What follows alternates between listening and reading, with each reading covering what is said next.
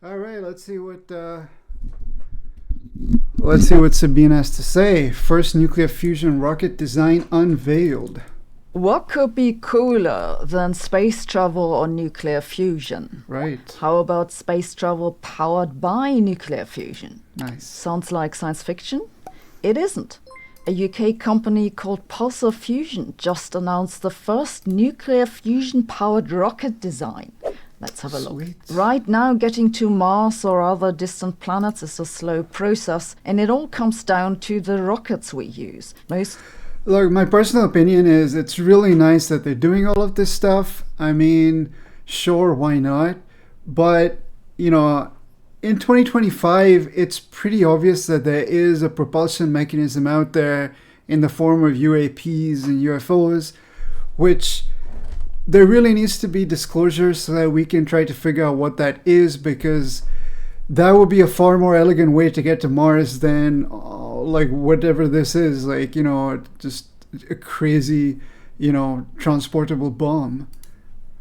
Spacecraft today rely on chemical propellants. Think of the Right, stuff chemical that powers propulsion, yeah. SpaceX's Starship or NASA's rockets. These propellants mix fuel and an oxidizer, ignite them in a big explosion, and use that to Right. push the rocket upward. The thrust you generate with those is typically in the range of hundreds of thousands to a million Newton, which is what you need to get off the planet or out of bed on a Monday morning. But then I repeat myself. But once you're in space, you have a problem. Chemical rockets burn through their fuel fast, and Right. there's only so much fuel you can pack into a rocket.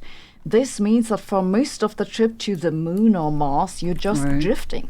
With that method, a trip to Mars takes about 9 months, long enough Yep. for your passengers to reproduce. The underlying problem is that you need a lot True. of chemical propellant, both by mass and volume, to generate thrust. So what fuel do we know that excels in terms of energy generated from small masses and volumes? Right, nuclear power. Cool. And since some people don't like the idea of shooting radioactive materials into space, preferably nuclear fusion. The UK company Pulsar Fusion agrees. Last week they unveiled the design plans for their Sunbird project, which you see in this animation. Nice. It's the first time we have a nuclear fusion powered rocket concept that actually seems possible. The idea is pretty straightforward. Okay. They use deuterium-helium fusion. This fusion Alright. process creates very fast-moving protons. Then they direct those protons with strong magnetic fields and push them out on one end of the rocket. They estimate the thrust that they can create that way to be about 10 to 100 Newton. That isn't remotely enough to get a rocket off our planet, but it is enough to accelerate it once in space. This thruster could cut travel time to Mars by about 1/2, and that's only the beginning. Pulsar Fusion plans to start testing components. Yeah, I mean, 4.5 months is not bad, but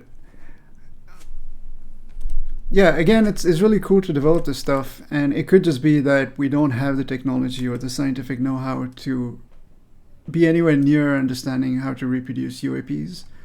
So that's why it's always worthwhile exploring this, because you're getting there stepwise. But Of its power system later this year, with a bold goal to achieve nuclear fusion in space by 2027. But fusion isn't That the is 2 only years nuclear away. option. There are also several companies working on using nuclear fission for space thrusters. There are two Scary. types of this. The first one, nuclear thermal propulsion, works by using a nuclear reactor to heat up a propellant like hydrogen until it gets super hot, expands, and shoots out at the back to create a thrust. NASA's been Okay. tinkering with this idea since the 1960s, but they're finally pushing forward with it. They're currently teamed up with the DARPA. I mean, kind of scary, right? You wouldn't want something like this to explode on the way out. to test a fission-powered rocket called Draco. They too hope to have a prototype by 2027. The second way of using nuclear fission It's 2 for years space away. travel is called nuclear electric propulsion. This one uses nuclear fission to generate electricity, and then one uses the electricity to accelerate charged particles and Okay. thrust from them. This method is Alright. highly efficient, so the fuel can last for a long time, but the thrust is really small. so this isn't going to get us to Mars.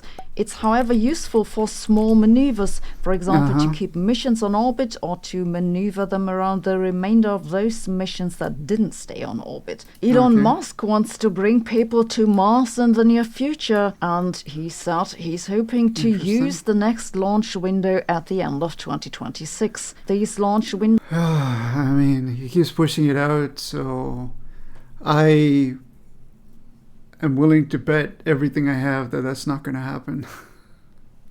Those come approximately every 26 months and are when Mars and Earth are closest to each other. But the longer such a trip takes, the more problems can occur. So I'm somewhat surprised that SpaceX doesn't seem to be working on nuclear fusion-powered thrusters. Personally, I think that nuclear fusion is the obvious space propulsion technology, and it isn't as far off as you might think. Because to use nuclear fusion as a propulsion system, the fusion reaction doesn't need to generate net energy. And that's the major problem with building nuclear fusion power plants, the net energy. But for a propulsion system, you just need to generate thrust with it. Of course, the more energy efficient you can make that, the better.